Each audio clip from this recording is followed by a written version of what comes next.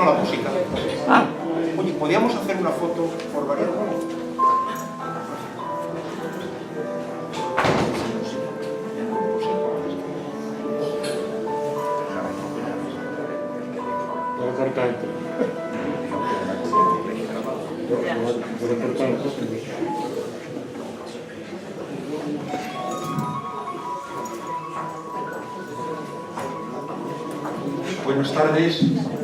Buenas tardes a todos, señoras y señores, bienvenidos al Salón Príncipe de Asturias, al Centro Asturiano de Madrid, institución sociocultural ya centenaria, concretamente hemos cumplido 137 años y tenemos, la verdad, muchísimos actos culturales, prácticamente todos los días se puede decir. Esta semana concluimos el ciclo, por ejemplo, conmemorativo de los centenarios de Covadonga, con 3 conferencias, aparte del martes de la poesía, el lunes musical, que ya llevamos 30 ediciones. Mañana tenemos un acto aquí del salón y otro paralelamente de degustación de castañas en la Magüesti, en la Quinta Asturias, de manera que es una satisfacción pues el que hoy nos podamos encontrar para un nuevo acto también muy celebrado, como es la publicación de un libro. Concretamente, la guía Les Fartures o Dónde comer bien en Asturias, editada por De la Llama. Es esta una guía de la que hablarán muy bien las personas que me acompañan, que ahora presentaré, una guía panorámica de la gastronomía asturiana, sin que por ello se soslayen las singularidades, una guía colorida, policromada, con numerosas imágenes, lo cual enriquece muchísimo, y además en doble versión, en asturiano y en castellano. De manera que hemos de felicitar a la editorial, muy bien representada en la mesa, por Ana Roza Iglesias. Enhorabuena además porque llevan 2 años de andadura, aunque ella ya es una veterana conocedora del mundo editorial, y deseamos que sea un camino muy fecundo, muy próspero. De manera que en gran medida trabajan temas asturianos y siempre que quieran, no hace falta decirlo, es algo totalmente sincero por supuesto, pues nos tenéis a vuestra disposición para hacer las presentaciones que consideréis oportuno, que nosotros estamos encantados. Es nuestra razón de ser Asturias y por tanto todo lo asturiano pues nos motiva, nos llena y nos da sentido. Muchas felicitaciones, por supuesto, al autor del libro, David Castañón, porque realmente no es fácil y además se lo vamos a agradecer enormemente porque esto, como dice la propia palabra, es una guía, nos da una orientación, sirve de referencia, porque en Asturias uno puede perderse, hay tantos sitios para comer bien que realmente es muy bueno conocer a dónde quiere uno dirigirse en función de sus gustos, de su bolsillo, etcétera, ¿no? Y también pues celebramos muchísimo el compartir con David Rivas, que va a ser el presentador de esta guía, que es un hombre de la casa, ha sido directivo muchos años del Centro Asturiano de Madrid, un gran colaborador, un amigo, y realmente, como he sabido, pues un intelectual, una persona muy comprometida.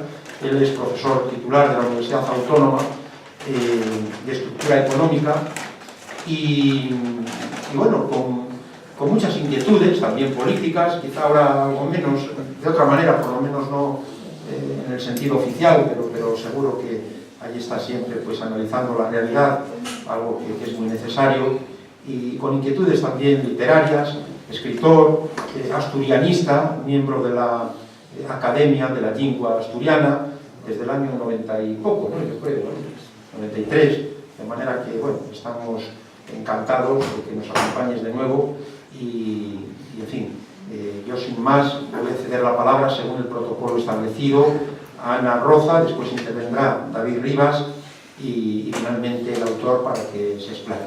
Muchas gracias a todos, a aquellos que nos visitan por primera vez también, ya saben dónde estamos y bueno, pues a su disposición. Muchas gracias a todos.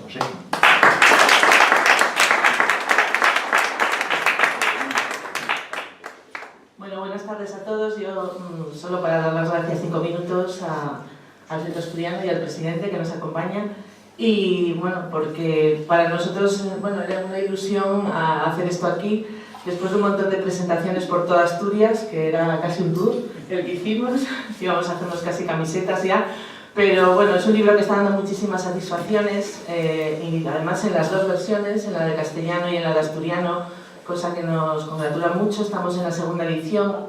Es un libro, luego si lo veis, muy bonito, es pequeñito, como veis, está hecho así porque quisimos que fuese una guía que se pudiese meter en el bolsillo y con ella recorrer Asturias, pero no solo recorrerla comiendo, también caminando, incluso pudiendo luego preparar en casa recetas de un montón de sitios de Asturias, que en unos casos son estrellas Michelin y en otro caso son childes. O sea que, bueno, luego os hablará más sobre el libro de David. De la Yema Editorial, como bien dijiste, tiene solo 2 años. Nos planteamos hacer libros sobre Asturias y en Asturias, en Ribadesella, exactamente, es una editorial criosellana. Y estamos muy orgullosos porque, bueno, porque se venden libros y se venden libros de Asturias y para nosotros, bueno, eso es impresionante. Y también, bueno, nuestros libros también se pueden conseguir por medio de internet y en alguna librería también de Madrid, o sea que, bueno, están al alcance de todos. Y nada más, simplemente le paso la palabra a David Rivas. ¿Vale? Gracias.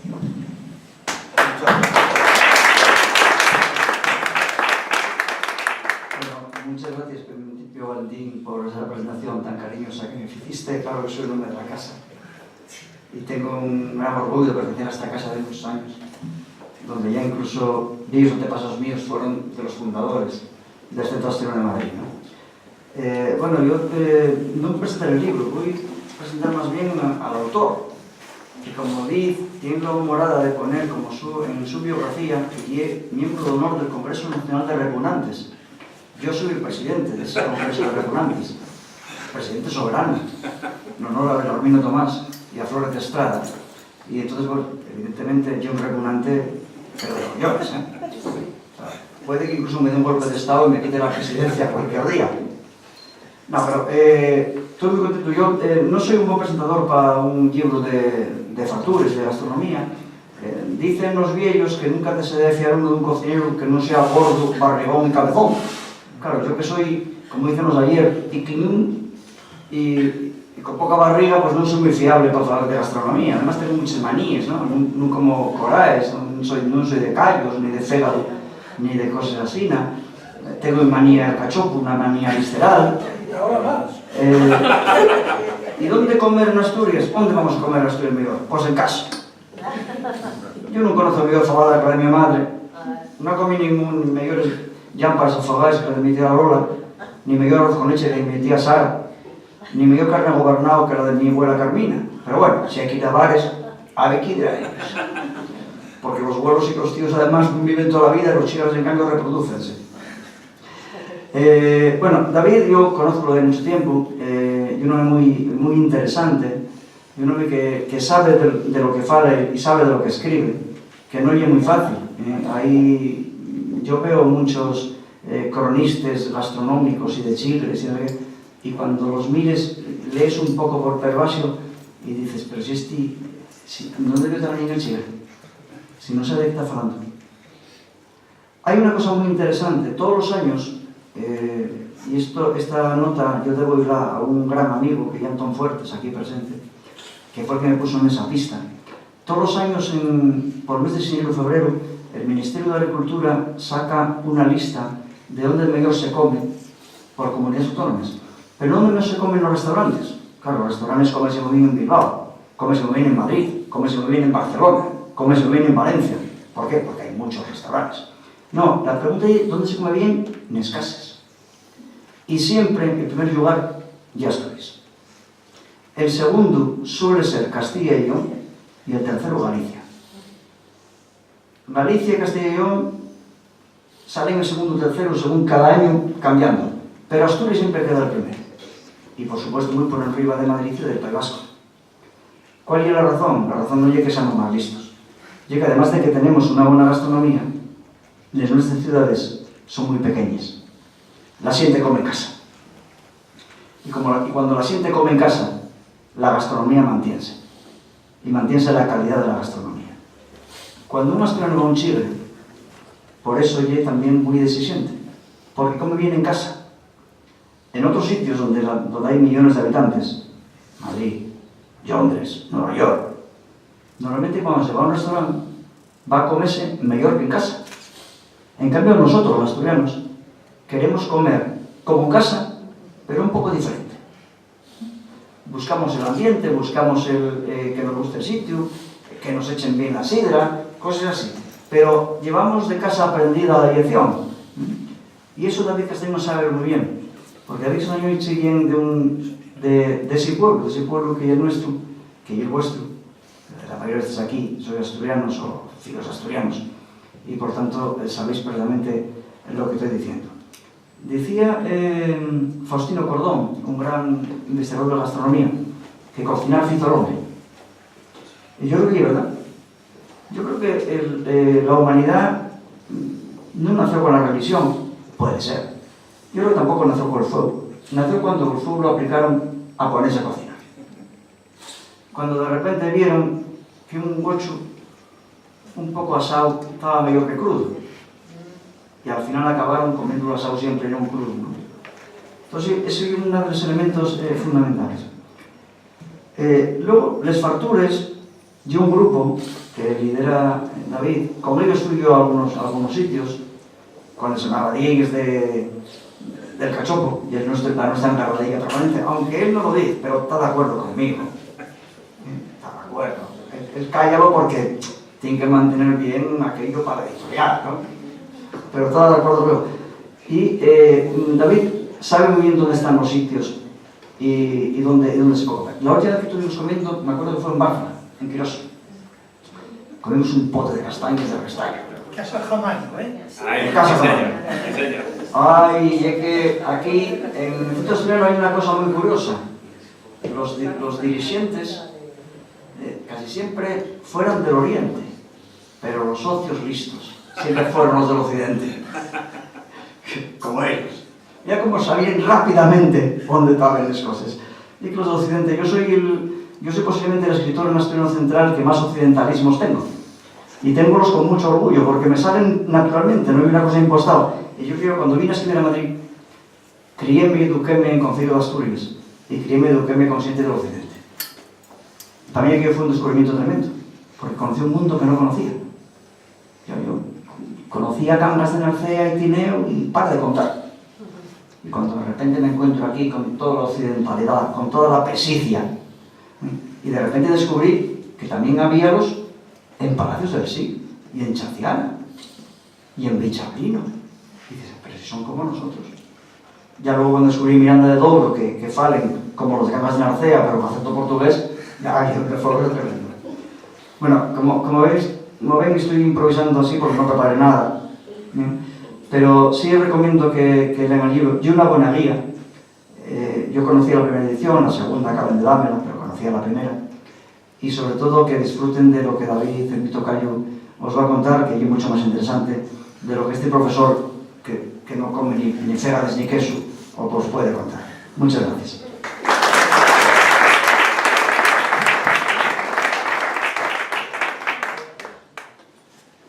Bueno, lo primero, gracias por venir. Para nosotros es un honor estar aquí en el Centro Asturiano de Madrid. Nadie lo pensaba cuando íbamos a sacar un libro que íbamos a tener tantas presentaciones y la verdad es que es un orgullo. Primero que nos invitáis a estar aquí, que la verdad es que nos sentimos como si estuviéramos en casa. Y después con este presentador que lleva tantos años que admiro y que consigo que me presente a mí algo, que lleva siendo hora. Normalmente somos los demás los que siempre tenemos que presentar algo a él, entonces está bien que de vez en cuando trabaje algo, porque gusta mucho la carrera. Yo soy David Castañón, no me dedico a la gastronomía, diseño software en una empresa de informática, la gente siempre se extraña y dice, ¿pero tú trabajas de verdad? Sí, yo no vivo de esto. Pero siempre salir a comer fue una afición muy grande que tuvimos. Entonces va ya casi para 11 años. Un compañero y yo en el trabajo nos nos recomendábamos siempre sitios donde comer y lo apuntábamos en una folla de papel. Entonces, apuntar en una folla de papel y trabajar en una empresa informática, bueno, pues como que no pegaba mucho. Y decidimos centralizarlo en un sitio que pudiéramos consultar en cualquier sitio donde tuviéramos, sin necesidad de andar cargando con las follas. Entonces así nació Les Fartures, como un mero hobby entre dos compañeros del trabajo y para tener una especie de base de datos, digamos, centralizado con los sitios donde nos prestaba. Sin ningún tipo ni de formato, ni de cada uno ponía lo que le daba la gana. Y claro, luego pasó lo que pasó, que empezamos a ver un poco las estadísticas y vimos que había gente que estaba entrando en la web y claro, y teníamos sitios que evidentemente poníamos cosas sin ningún tipo de criterio y en caliente y a la buena de Dios. Entonces tuvimos que empezar un poco a cuidar el estilo, a cuidar también las fotografías que poníamos y sobre todo a ser un poco consecuentes y coherentes con lo que estábamos escribiendo, porque no solo era para nosotros, sino que lo estaba leyendo más gente y podíamos perjudicar, digamos, al restaurante simplemente por una mala experiencia que tuviéramos nosotros. Claro, hoy en día es muy fácil consultar desde internet, desde el móvil, cualquier cosa. Pero hace 12 años no había móviles casi, no había conexiones a internet en los teléfonos que teníamos. La verdad es que fuimos un poco adelantados en ese sentido porque casi no había blogs y blogs de gastronomía en Asturias, la verdad es que casi no había. Había algunos de recetas, pero de ir a visitar restaurantes, la verdad es que no había muchos. Y entonces sí que fue una cosa que tuvo éxito y desde casi el primer momento, o sea, fue creciendo bastante exponencialmente y nosotros fuimos creciendo también, aprendiendo a la vez que íbamos a los sitios e íbamos escribiendo e interaccionando con la gente. Pasados unos años, bueno, pues Jorge, mi compañero, tuvo familia y dijo que, bueno, que se le acabó la vida de salir a fartar, porque con los nenes en casa pequeños y seguíes, que bueno, pues era bastante complicado, así que nada, quedé yo solo con Les Fartures y así ya vamos unos años. Muy bien, muy contento, disfrutado mucho, un hobby que me encanta, que casi ya me lleva más horas que el trabajo real mío. Y en una de estas, bueno, pues apareció Ana y me llamó por teléfono, quedamos y decía, ¿qué querrá una editorial de mí? Y me llamó y bueno, y me propuso hacer un libro de Les Fartures, como una especie de resumen de 10 años de Les Fartures. Imaginaos cómo fue aquella reunión que Ana tuvo que convencerme a mí de que el libro era algo que de verdad merecía la pena hacer, que iba a tener salida. Porque yo decía, o sea, ¿de verdad tú crees que hoy en día todos con los móviles que podemos visitar, andar consultando cualquier cosa en cualquier sitio, que ya casi hay cobertura en casi todos los pueblos de Asturias, aunque debería haber más? ¿De verdad tú ves que debemos sacar una guía en papel? Y díseme que sí, que ella apostaba por ello y que si yo apostaba por ello también, pues que lo sacábamos. Y así fue. Fueron meses de trabajo duro porque yo una vez hecha la selección de los restaurantes, que son 107, y con un objetivo más o menos claro que nos autoimpusimos, que fue salir más del área cómoda asturiana central e ir hacia las áreas asturianas para que la gente conozca esa Asturias que es verdad que lleva bastante desconocida para los propios asturianos muchas veces. Hay muchos pueblos con chigres que se come de maravilla y que nosotros ni conocemos. Entonces un poco yo lo que quería era salir de los sitios ya tan conocidos e ir descubriendo sitios nuevos y a la vez, como segundo objetivo, representar un poco la gastronomía asturiana, la gastronomía tradicional y la nueva gastronomía asturiana, la más vanguardista, que yo creo que las dos son perfectamente complementarias y ahora mismo tenemos una de las gastronomías más interesantes de toda la península y que no va a parar de crecer, y además siempre con esa base de la cocina tradicional, que si perdiéramos esa base estaremos perdiendo nuestra esencia. Decía muy bien antes David que los asturianos en el mellor comemos en casa, y es verdad. O sea, yo tengo muchas consultas a la semana de gente que me escribe o me llama o me para y me pregunta oye, ¿dónde voy a comer una buena fabada? Y yo siempre digo lo mismo, digo, mira, vienes un día a casa de mi madre y que fae la mejor fabada del mundo. Eso mismo, si paramos al amigo por el que vaya, va a decir exactamente lo mismo, que la mejor fabada del mundo va a ser la de su madre. Sí que es verdad que los asturianos todavía tenemos un poco ese acceso a un gran producto de base, como suele ser pues, la matanza, como suele ser la huerta, como suele ser, siempre conocemos a alguien que nos trae por ahí algún pez traído así un poco tal,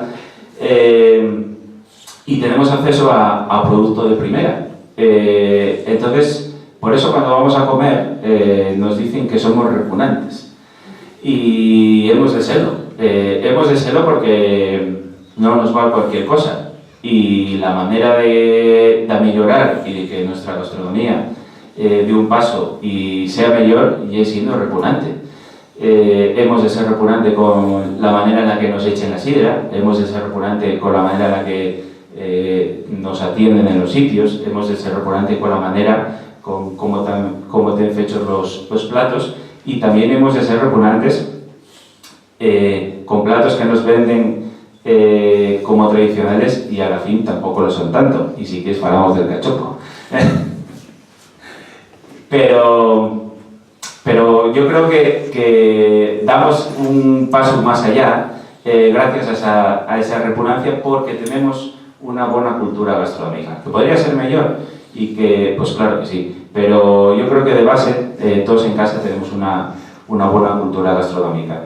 Entonces, por eso, decir, ¿dónde comemos bien en Asturias? Que es el subtítulo del libro. Digo, bueno, pues hay muchos sitios donde comer bien en Asturias, muchos que yo conozco, que llevo muchos años comiendo, pero muchos otros que vosotros conocéis y yo tampoco conozco, y que espero seguir conociendo, porque esto no es una carrera de ver quién llega primero a meta, es una carrera de fondo de ir disfrutando y conociendo sitios, que al final yo creo que es de lo que se trata la gastronomía, de disfrutar, de conocer, aprender, pero sobre todo de disfrutar. Pues bien, hay 107 restaurantes repartidos por toda la geografía asturiana. Ya os digo que un poco con el envis de salir de esa zona cómoda de confort que tenemos en el centro, que parece a veces que estamos matando un poco las aves.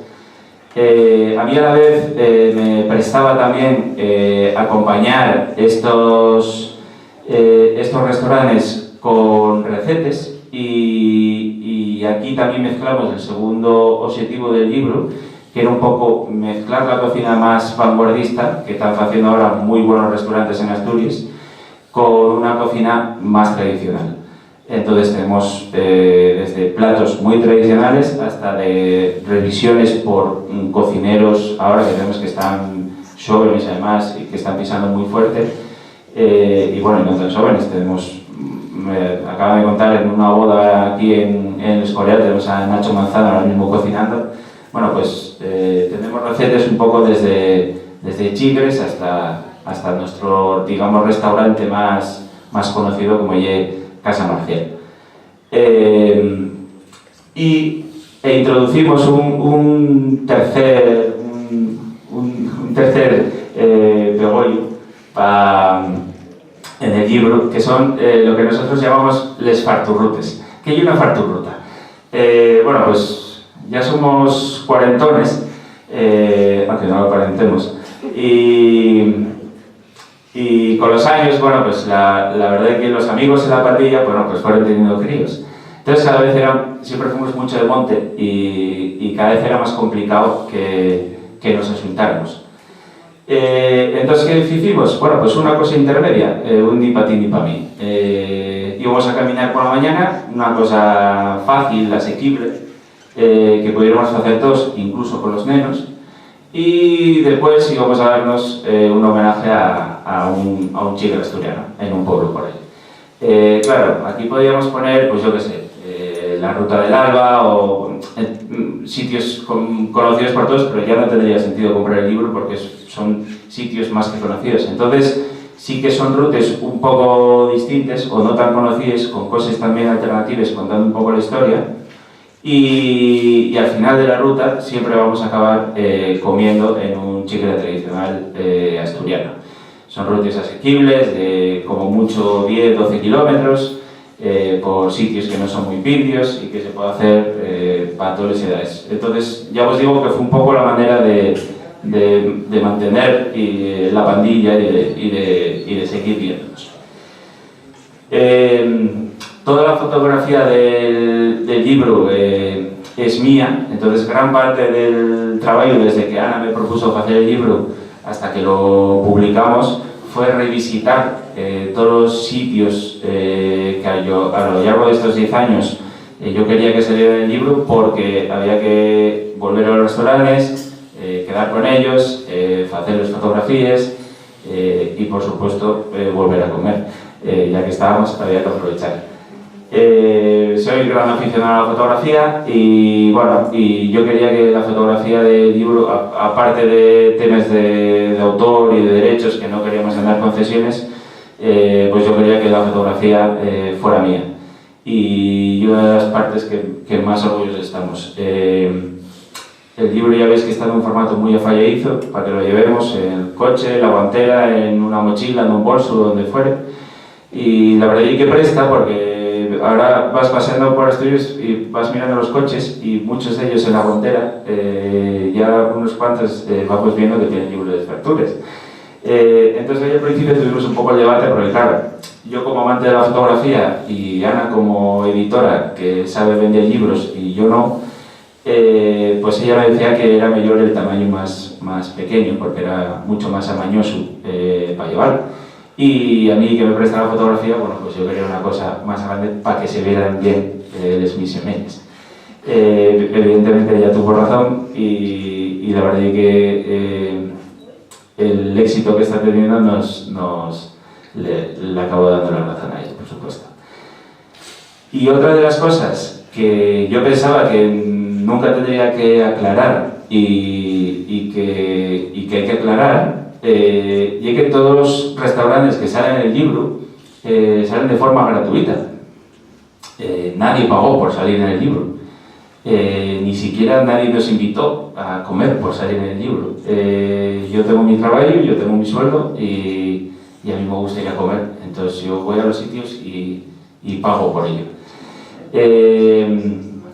Hubo otros guías que sí vimos que se organizaban de otra manera y sí que a mí me sorprendió mucho que cuando iba a los restaurantes y después de comer yo os decía que iba a salir en una guía o cuando los llamaba para quedar con ellos para hacer fotos al local porque no las tenía antiguas, siempre me preguntaban que cuánto llega y yo, ¿cómo que cuánto llega? Y dice, sí, y es que ¿cuánto cuesta salir en tu libro? Y yo, no cuesta nada. Dice, bueno, vale, no te podemos pagar a ti porque no queda bien, pero hay que poner publicidad o hay que pagar. Y yo, no. O sea, fue algo sorprendente que incluso yo diciendo ellos 3 o 4 veces que no, que en el libro salían porque yo consideraba, acertado equivocadamente, que debían de salir, los restaurantes no se lo acababan de creer y a la fin, así un poco con los que más confianza tenías, te decían Yeki es el primero que viene por aquí proponiéndonos algo bueno y gratis. Y yo, pues sí que está mal la hostelería, ¿no? yo llevo 11 años escribiendo Les Fractures. Evidentemente, si la gente nos sigue o si tenemos gente que se fíe un poco de lo que ponemos, tiene que ser con una credibilidad y tiene que ser yendo a los sitios y probándolos nosotros mismos como si fuéramos cualquier cliente. No tendría sentido que alguien nos patrocinara o que alguien nos... porque entonces estaríamos engañando. Si a la fin yo escribo sobre algo y recomiendo en un sitio y va cualquiera y el sitio no merece la pena, pues el que al final que está quedando mal soy yo.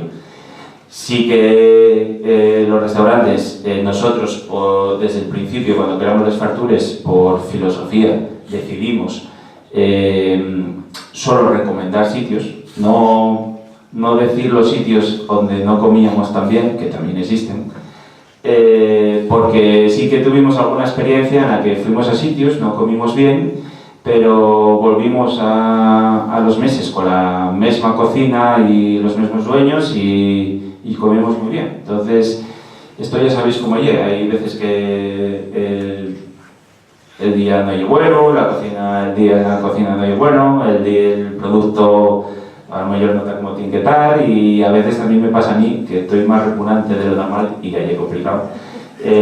Y ese día no estoy ni para valorar nada, ¿no?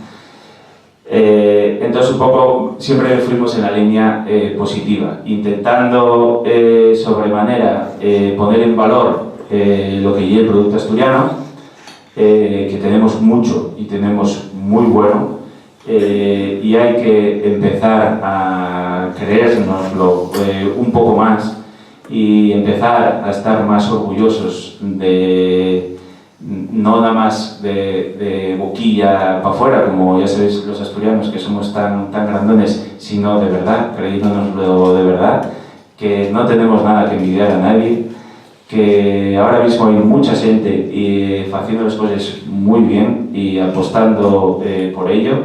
Tenemos una selección enorme de productos distintos, no nada más tenemos uno o dos, sino que podemos estar orgullosos de unos cuantos, desde el occidente, que tenemos ahí a Carlos de Vinos de Cangas, de Víteras, que nos vino a visitar, siente mozo que está haciendo las cosas muy bien y de la que estar orgullosos, hasta la gente del oriente, bueno, también hay del occidente, pero el oriente con la fava asturiana, o recuperando la verdina, o con la sidra, o con la cerveza, que la verdad es que la cerveza asturiana artesana viene pegando muy fuerte.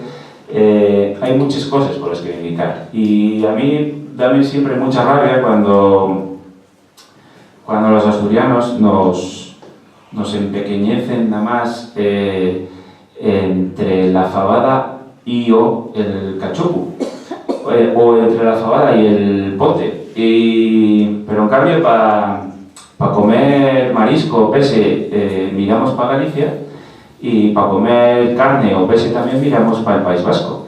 ¿Y qué tenemos nosotros que envidiar en cuanto a pescados y marisco, o en cuanto a carne? Sí que hay que conseguir que entre todos, nosotros como consumidores y los productores también con nuevas formas de marketing y siguiendo apostando por el producto, pero modernizándonos todos un poco y apostando por ello, también por supuesto desde el gobierno, que tenemos que haber espabilado un poco, pues sí que entre todos tenemos que hacer de Asturias un sitio del que se pueda vivir de nuestra gastronomía, y que la gente tenga una alternativa a vivir de nuestros productos. Y si nos lo creyéramos un poco más, yo sí que creo que sería un negocio más que rentable. De hecho, hay gente que ya está haciendo las cosas muy bien y le va bien. A lo mejor no vamos a ser los más multimillonarios del mundo, pero si podemos crear una rueda desde productores hasta consumidores, en el que el producto asturiano esté siempre presente, podemos crear una industria gastronómica que al final nos debe vivir. Y yo creo que uno de los futuros que tiene Asturias tal y como estamos hoy en día, y ya sabéis la situación en la que estamos, puede pasar por ahí. No nos quedan muchas alternativas ni tampoco quizás muchas oportunidades, y apostar por por ello sí que puede ser una buena salida. Yo confío en ello. Yo llevo muchos años pegándome y intentando que sea posible, y sí que voy viendo algún fruto. Todavía queda mucho que trabajar. También es verdad que soy optimista por naturaleza, pero sí que es verdad que con mucha gente que lleva trabajando muchos años detrás y empapándonos a los que venimos de un amor por la nuestra cultura y por valorar lo que tenemos, y a la vez con una formación detrás, yo creo que podemos crear algo bueno, y algo bueno que además que muchos no pueden tener, porque tenemos un carácter diferenciador, que hoy en día esa cultura propia que tanto se está reivindicando, o que tanto buscamos los turistas cuando vamos a otros sitios del mundo, conocer otras culturas, conocer la esencia de un pueblo. Yo creo que el pueblo asturiano, evidentemente, ahí tenemos mucho que decir y mucho que hacer. Entonces, les factures llena más que una pequeña migallina, una pequeña miga de pan, para intentar ayudar o dar a conocer a toda esta gente que lleva tantos años trabajando, y poner un poco en valor, como homenaje, esa labor que están haciendo. Así que no me enrollo más. Si alguno queréis preguntar algo a cualquiera de los aquí presentes, o si queréis luego que charlemos, o bueno, tenemos libros allí. Sí que creo que tenemos una pequeña espicha aquí en el salón contiguo, al que estáis todos invitados, y podemos charlar y lo que os apetezca. Muchas gracias por venir. Bueno, si alguien quiere preguntar algo, no quiero cortar, No, yo no tengo ninguna prisa, que hasta mañana no sale el avión de vuelta, o sea que no hay problema. El problema es que David yo del Sporting y yo soy del Oviedo, entonces no quise sacar el tema, no vaya a ser que... Vamos machacados. A posteriori, quien no debería fallar, siempre, ¿no? Bueno, muchas gracias por venir, la verdad que un honor, y por muchas más. Gracias.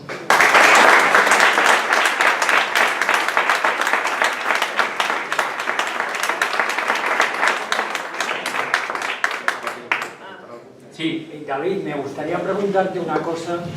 Yo soy de Sobrescobio, creo que tú lo sabes, y lo que me preocupa es el tema del precio. Yo no sé si abordes esas cosas, pero yo sí que he notado, yo llevo ya 12 años fuera de Asturias, pero vengo todos los años, por lo menos 2 veces, y me preocupa el cambio radical que había, sobre todo en las zonas turísticas, y hablo de la montaña, ya no solo del precio de las comidas. No sé si lo abordáis ahí, pero pienso que hay un problema, ¿sabes? Porque muchos amigos míos de Madrid y de Asturias, y aparte de reconocer la calidad, que yo creo que es indudable, cada vez se lleven más decepciones por abusos en los precios, ¿no? Entonces yo no sé si eso lo aborda tu libro, o qué opinión tienes tú, o cómo podemos controlar algo que era una virtud que teníamos. Esto era un poco lo que comentaba antes. Yo evidentemente voy a comer a muchos sitios, y salvo que me estafen, que pasó en alguna ocasión y escribí sobre ello, si el sitio no me gusta, o yo creo que no cumple los requisitos mínimos, no escribo sobre ello. Pero sí que es verdad que esa parte existe, y esa parte de estafa al turista existe también. ¿Por qué? Porque o sea, yo tengo comidas por ahí, fabades que son horribles. Es decir, esto no está ni para vender, o carne que te ha pasado, o evidentemente eso no ayuda, y al final nosotros, que somos un sitio muy pequeño, yo creo que por lo que nos tenemos que distinguir siempre y es por la calidad. Y a veces a mí me da la sensación que los asturianos, que ya sabéis que somos muy grandones, nos queremos diferenciar por la cantidad. Ya no hay quien falle el mayor cachopo, y hay quien falle la sábana más grande para taparnos con ella. Y da igual si llega grasienta o no llega grasienta, o si está fecha con buen aceite, o el aceite lleva ahí desde vete tú a saber cuándo, o esas cosas, ¿no? Aparte, yo creo que nosotros, por las características que tiene Asturias, tenemos que aspirar a un turismo de calidad. No solo, o sea, tiene que venir evidentemente cualquiera que quiere venir y vamos a estar encantados, pero si le damos ese valor de singularidad a la nuestra gastronomía y con ella a toda Asturias, pues imagínate, ir a una casa rural a Sobrescobio, con ese que estamos pagando una casa rural a mitad de precio que un hotel normal aquí en Madrid, por ejemplo. Si conseguimos esa diferenciación, y los precios yo creo que tienen que subir un poco, también sí que es verdad, pero tienen que ir acompañados de calidad. Evidentemente, si subimos el precio y bajamos la calidad, ese no es el camino a seguir, porque con todos los respetos, yo no quiero hacer de Asturias un venidor. O sea, no queremos llevar a mucha cantidad de gente, porque eso no, al final, digamos que estás acortando tiempos. O sea, tú podemos hacer algo guapo y sostenible, con todo lo que implica la palabra sostenibilidad, y para ello debe ir acompañado de saber vender las cosas, pero también de saber cobrarles. Y me estoy refiriendo un poco en esto también a la polémica que tenemos siempre con el precio de la botella de sidra. Y yo no tengo la solución a esto porque no soy ni tengo casi ni idea, pero llega a ser un suicidio decirla. Pero sí, siempre digo el mismo dato. Hacer una botella de sidra natural, normal, sin que sea de OP, cuesta exactamente lo mismo que hacer una botella de albariño del año. Incluso estamos comprando la manzana a un precio más caro que están comprando la uva albariño ahora mismo.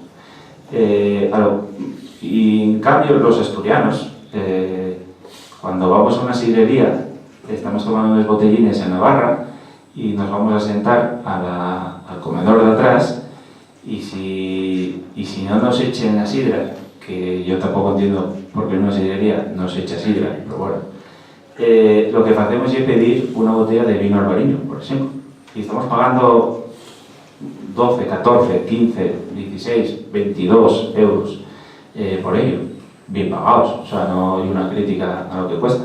Pero en cambio, si nosotros subimos 50 céntimos en una bebida donde hay un trabajo guapo detrás, y falta, yo creo que también un poco esa educación de saber vender lo que cuesta hacerlo, que no hay toda culpa nuestra de los consumidores, aquí para todos.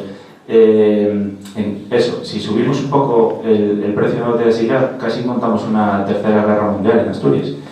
Y a mí parecen muy bien los debates y la derique, pero sí que, y yo soy el primero que quiero beber sidra barato, porque cuanto más barata, más voy a beber yo, y ahora mismo hay una calidad excepcional, pero hemos de diferenciarnos con esa calidad, pero también sabiendo venderla bien, y sabiendo venderla bien también un poco con el precio, yo creo.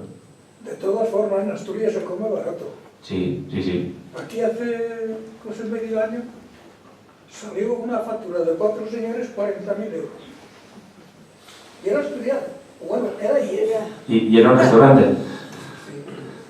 Sí. Y no me recuerdo ni salió un mío. Sí, que los fondos mineros dieron para mucho. Alguien más quiere perder, y un debate muy guapo, La verdad es que y un debate guapo que mucha gente está teniendo, porque sí que hay gente que... El problema muchas veces es que hacemos cosas muy buenas y no las sabemos vender. y o falla el medio, que hay alguien que está vendiendo las cosas bien pero no acaba de llegar.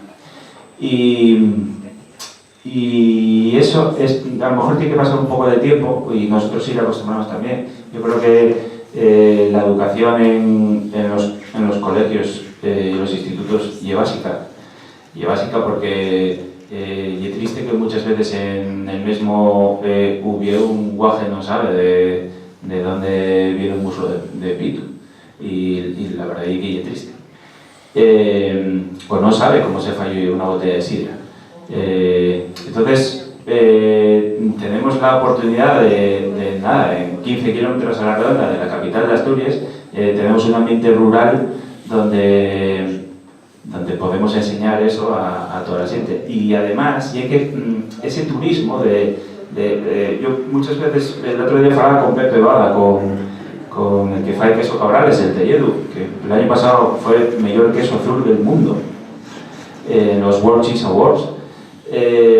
Y hablaba con él y decía, pero ¿tú de verdad crees que alguien va a venir y me va a pagar a mí para subir ahí hasta arriba a la cueva, pasar allí, que no tengo ni una escalera, si se me va a matar uno, si no sé qué? ¿De verdad piensas que va a venir a pagar? Bueno, pues tiene cola llamando, esperando, pagando y lo que haga falta para ir hasta allí con él, cargando una mochila con 7 kilos de quesos, subiendo arriba para la cueva. Y él era el primer sorprendido, porque decía, pues esto para mí es lo normal, porque yo creía aquí desde los 9 años. Y yo, ya, pero yo que para el resto del mundo esto ya es excepcional. Y a veces tiene que venir gente de fuera para que nos lo diga, para que nos demos cuenta.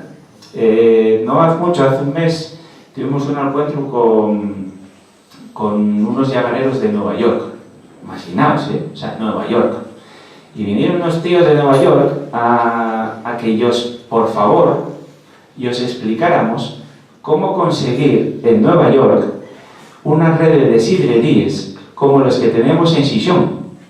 Y yo decía, pero vamos a ver. O sea, tenemos a todos los restaurantes asturianos intentando copiar la estética, la comida, lo que se está vendiendo en Nueva York, y de verdad estáis viniendo de Nueva York aquí a preguntarnos cómo conseguir lo que ya tenemos aquí. O sea, son cosas que cuesta mucho entenderlo, pero que si no viene alguien de fuera y te lo dice, lo que ya es evidente, a los asturianos muchas veces nos cuesta dar ese paso. Puedes intervenir cuando quieras, Sí, quería opinar sobre los precios. Estoy de acuerdo contigo. En economía utilizamos algunas veces una técnica que se llama los precios hedónicos. Y es que la sidra, por ejemplo, no llega para quitar la sed, para eso vale más el agua. O sea, cuando tú consumes un producto, consúmelo por muchos motivos, no solo por una necesidad. Yo pongo un ejemplo siempre. En Madrid, ahora ya no, porque con esto de los híbridos va cambiando, pero hasta hay un año todos los taxis eran Skoda Octavia. Conclusión, todos deberíamos tener un Skoda Octavia. No, ¿por qué? Porque para un taxista el coche tiene solo un uso, el de transporte. Pero cuando tú compras un coche, tiene satisface muchas necesidades. Transportarte, dar envidia a tu cuñado, aparentar que es un machote, yo qué sé, hay un montón de historias. Bueno, pues con la sidra y con todos los productos pasa lo mismo. Cuando tú consumes sidra, no estás solamente tomando algo, bebiendo para charlar con los amigos y quitar la sed. Está detrás todo un problema de precios hedónicos, de precios de placer. Y uno de los placeres es saber que detrás de esa botella de sidra hay toda una cultura, toda una historia, toda una tradición y todo un pueblo milenario. Y que estás bebiendo algo que hay 2000 años ya Estrabón decía que tomábamos. Cuando Inglaterra y Francia daban pelota, ni existían, los asturianos ya bebían sidra. Porque eso lo dice Estrabón en el siglo I a.C. Y eso hay que plantearlo, ¿no? Si te queréis tomar albariños, vale, pues a mí el albariño parece un vino muy malo, pero yo que soy muy reponente también. Yo puesto a tomar vinos de Galicia, prefiero el Mencía de lo que veo a sacar. Pero bueno, es que uno es un poco raro también, ¿no? Entonces, por cierto, que albariño procede del nombre albarín, que lle la uva de Cangas de Narcea que llevaron a Galicia después de la epidemia de la filosera. Porque en Asturias la filosera no entró y la nuestra uva lle la única uva que lle la misma que estaba en la Edad Media. La que llevaron a Galicia lle la uva que llevaron de Cangas de Narcea y todo el resto de España son uvas francesas adaptadas. O sea que, puestos a ponernos en plan gallos, el único vino que se hacía igual a la Edad Media que ahora y el de Cangas de Narcea, el digue es el de Degaña, no hay más. Y eso hay que decirlo cuando vendes la botella. Entonces, y eso yo lo que y hay una cosa que a mí me interesa mucho, que yo miro mucho los indicadores indirectos. En clase, a mis alumnos insisto mucho en los indicadores indirectos. Los directos todo el mundo lo sabe, si la renta sube, la renta baja, si los impuestos, no. Los indirectos son muy importantes. El turismo rural en Asturias está creciendo por la vía del turismo internacional y está cayendo el turismo español. El turismo español va básicamente a Castilla y León y Aragón. Los rusos son los que queden por la costa y a Asturias concretamente crece el turismo rural y el turismo internacional. Y curiosamente hay dos turismos, el alemán y el británico, que son los turismos que, según dice la propia Organización Mundial del Turismo, la Organización Internacional del Turismo, son los turistas más deficientes en las ofertas turísticas, los alemanes y los británicos. Bueno, pues son los que están creciendo en Asturias. Y seguramente los collanes saben bien que los ingleses van a sobre Escovia. Porque yo el año pasado estuve en un hotel rural en Orllé, en Caso, y fui a comer a Roseco. Y había como 10 ingleses allí tomando una sidra de un paisano local. Por cierto, la sidra de los collanes y la más dura de Asturias, porque tienen toda la sidra que hacéis y con durona. La manzana durona que me gusta mucho. Entonces, eso hay que valorarlo también. Entonces, y hay que empezar a buscar también interferencia por los precios. Yo no soy muy favorable a pensar que los precios del mercado lo marquen todo, pero que marquen bastante sí es verdad. Y cuando un vino es más caro que otro, normalmente hay una calidad mayor. Normalmente. Luego hay muchos no, que tomen ahí cosas muy raras, pero yo creo que ahí, por ejemplo, lo de la sidra tengo lo clarísimo. Yo creo que la sidra es un producto muy barato, en cambio, la hostelería no es así. Y lo más grave de Asturias es que la hostelería cara y donde te meten los clavos, ya la media. No es muy cara la hostelería buena. Los restaurantes de 5 estrellas no son muy caros. Y los pequeños tampoco. Y el medio pensionista, donde te meten la cosa clavada. Y eso es lo más grave de todo, porque es lo que afecta estadísticamente a los que visiten. Pues claro, porque de los 100 turistas que tenemos, 60 son medios. Hay 10 probes y 10 ricos. Entonces, claro, lo que nos marca y eso precisamente, esa vía intermedia donde meten los clavos y donde nos pasen lo de incluso llegar a la estafa que decía David de vez en cuando, ¿no? Pero el resto, yo creo que no. Y el medio funciona porque Asturias tiene un problema fundamental. Y es que los precios de los servicios, sobre todo los servicios hosteleros, están marcados por los salarios altos. En Asturias hay salarios muy altos y pensiones muy altas de una parte importante de la población. Por eso una persona en Asturias con 1.000 euros no puede vivir. ¿Por qué? Porque quien marca los precios son los salarios de la industria y las pensiones de la reconversión. De la minería. De la minería, del naval. Entonces, claro, esos son los que marquen el nivel de precios. Con lo cual, los que entren detrás, que no pertenecen a esos sectores, entonces, vas a un chile en Asturias, por ejemplo, un día de laborable, y los que están comiendo un besugo siempre son los mismos. Los demás están tomando sidra a la barra. Es que los demás están a régimen. A régimen de bolsillo, vamos. Ahora, aquí tinos llevamos muchos años en el mismo régimen. ¿Qué quiero? Yo ni para arriba ni para abajo. Bueno, a propósito de lo que comentabas tú, de los quesos de Cabrales del año pasado, medalla de oro. Este año, la medalla de oro en quesos ha llevado una granja noruega con 12 vacas. Estamos hablando a dónde, la parte los quesos industriales de la central lechera asturiana han quedado en muy buenas posiciones. Hablando de estas referencias gastronómicas últimas, hace unos días nos han obsequiado con la cuestión de las angulas en la península ibérica, que ya sabemos en qué tramo se pescan. Digamos, de todo el litoral de la península ibérica. No era por Aguinaga ni así de Bilbao, históricamente donde ha habido angulas.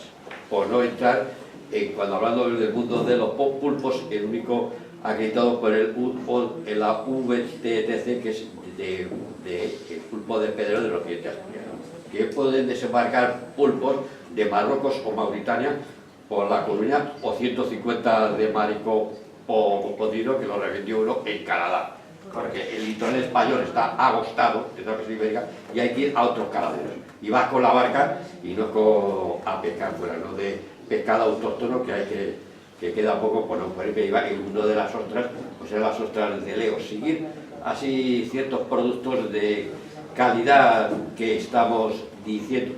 Y en cuanto a las carnes que te ha referido, es lo que acredita el Ministerio de Agricultura español. Es decir, primeramente las razas tuturinas y segundo la ternera de Ávila. Ahora después por ahí se puede hacer, ya sabemos dónde se produce, estamos hablando de carnes, y después si estudia los últimos informes que se hacen sobre la gastronomía en España, que el Ministerio de Agricultura ha tenido a desaparecer los paneles por comunidades autónomas y los da genéricos y no desagregados, como hacía antes por productos. Entonces ahora lo último que he consultado es por informes de empresas de marketing que hacen de encuestas de hábitos gastronómicos, no el panel del Ministerio de Agricultura, que era el más grande. Pero hace 4 o 5 años lo han reducido. Porque no conveníamos, advertían diferencias. No obstante, por estos otros estudios se vuelve a demostrar que en el primer ranking de derivados lácteos del Estado español es asturiano, y el segundo el pescado y marisco. Ahora, en cuanto desagrega pescado y marisco, primero es la de Galicia, tira el pulpo y derivados, y las últimas encuestas que nos daban a decir la gente consume pescado, sí, pero que consume fresco y congelado, y por ejemplo, ¿quién es los mayores consumidores de rape fishing de todo el Estado? Estamos hablando de productos caros, y cuando hablas tú de la producción vinícola y manzanera, el primer documento que va a ser referenciado en el medievo de la península ibérica es el testamento de Faquilo, ¿no? Donde estamos hablando de 700 y pico o 800 y que habla de una paisana enriquecida que dona pomaradas y viñas, que estamos 700, no era la Ribera del Duero, era la Ribera del Duero, pues como no se ni el reino nazarí. El año 811. 811. Entonces, a lo momento de 5 años aparece que otro pueblo. Pero vamos, a la fecha de la historia. Parece que Asturias, como productor de calidad, todo de alta calidad, todo se produce. Y lo que se produjo peor, pues ha sido porque con el tiempo se ha hundido. Y tú dices, hay una base primaria que abastece, es un territorio que abastece de mucho producto. Ya digo, pescados y derivados lácteos, que creo que es lo de un mundo desarrollado. Seguir más, yo no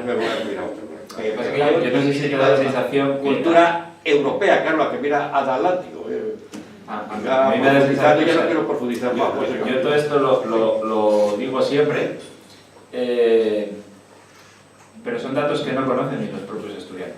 Pues eso está al final, accesible. Eso es. Hay que saber leer, vamos, el problema es ese, ¿no? No se sabe que el vino en Asturias se lleva haciendo desde toda la vida, porque dicen, ¿quién inventó ese nuevo que está haciendo en Cangas? No, perdón. No se sabe todo el tema de las ostras en el Leo. Pero si es accesible, cualquier ciudadano se puede. Hoy Internet sí sirve, bueno, y la documentación para informar. No. El que quiere informarse, claro que... Pero no solo eso, yo tuve una experiencia muy curiosa. Un día invitaronme a una marisquería en Barcelona, no me acuerdo cómo se llamaba, el nombre era una marisquería gallega, y bueno, vamos a comer aquí un marisco y tal, aquí donde viene el rey anterior, que era más fartón que el actual. Y bueno, llego para allá, la marisquería gallega, un centollo riquísimo. Y cuando pregunto ¿De dónde venía el centollo? Venía todos los días de la rula de Chuarca. Porque me decía el mismo dueño, que era gallego, decía, di que los centollos de Les Ríes, y aquí tenemos centollos de mar abierta. Centollo de mar batiente, y en los centollos de una ría. Entonces, eso es uno de los ejemplos clarísimos. Y lo que tú decías, el otro día yo veía un anuncio en televisión sobre el gochu, la carne de gochu, y un anuncio que quieren decir la carne de gochu y carne blanco. Yo no soy blanco o colorado, a mí dame igual. Yo soy un gochófago, y dame igual que sea blanca que colorada. Pero es que al final del anuncio acaban siempre con la coletina, que lleve de la dieta mediterránea. Claro, en el Mediterráneo, lo del gochu, sí, creo que comen mucho gochu en Marruecos, en Argelia, en Túnez, en Israel, en Líbano, en Jordania. Comen gochu, vamos, a mansalva, en Bosnia. Al final, ¿quién come gochu en el Mediterráneo? Los catalanes que hacen salchichón. Para de contar. El gochu comemos en el Atlántico y en el centro de Europa. Pero hay que decir que hay dieta mediterránea. Claro, eso sí lo oye alguien en Israel o en Líbano, que son musulmanes y judíos, dirán, ¿cómo que el gochu viene a nuestra dieta? Pero si el Mediterráneo somos nosotros. Si ustedes solo tienen un cachín del Mediterráneo. Pero hay que amorarse, que decía mi abuelo. No, sí, eso, vamos, no, pero vamos, lo del gochu, por cierto, hoy he tomado a mediodía jamón de la Selva Negra ahumado, que en relación calidad-precio, cualquier español vamos, es para ti tirarlo, vamos, no si lo comería un perro, y además, sinceramente, calidad, es que es así, servido aquí, Estamos subiendo todos los raciales. servido aquí, que no hay y además, bueno, que Joselito, que para, y le hicieron venir porque de Joselito hacemos 1000 jamones aquí, entonces que empezamos así, es que no aguanto. Un dato más, además. Llevamos muchos años diciendo que todos los actos oficiales que se siguen haciendo en el Principado y en muchos ayuntamientos se sigue brindando en el acto con vino Rioja, que yo hay una cosa que jamás comprenderé. Yo vi recepciones con